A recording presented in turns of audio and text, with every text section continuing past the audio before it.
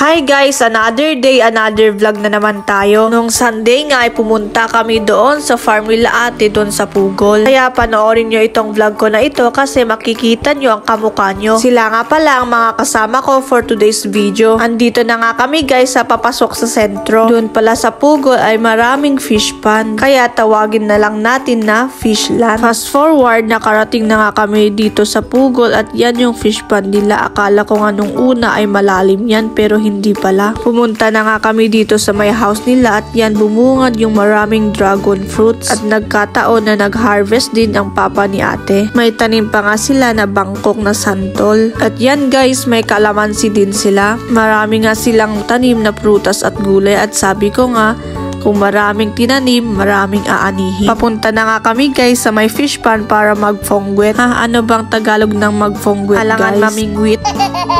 Habang papunta kami doon sa may fish pond ay may nakita akong dragon fruits kaya kinuha ko na. Nag-trip pa ka ako dyan sa pagkuha ng dragon fruits pero okay lang.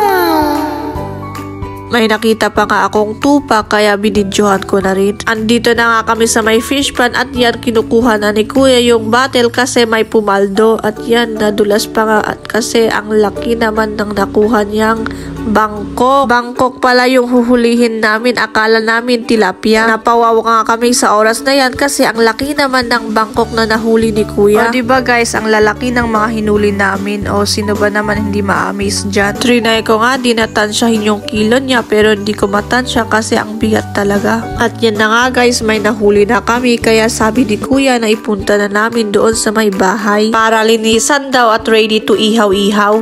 At yan na nga guys, prinases nga ni tito itong bangkok at yan inihaw-ihaw na namin. Natatakam na nga ako sa oras na yan kasi mukhang masarap. Habang nga niluluto nila yung bangkok at yan inaya ako ni ate para maghanap daw ng green leafy vegetable. Nadaanan nga namin itong baboyan nila at yan yung mga piglets. Ang cute nila. At yan naman guys yung sinasabi ko na kamukha nyo.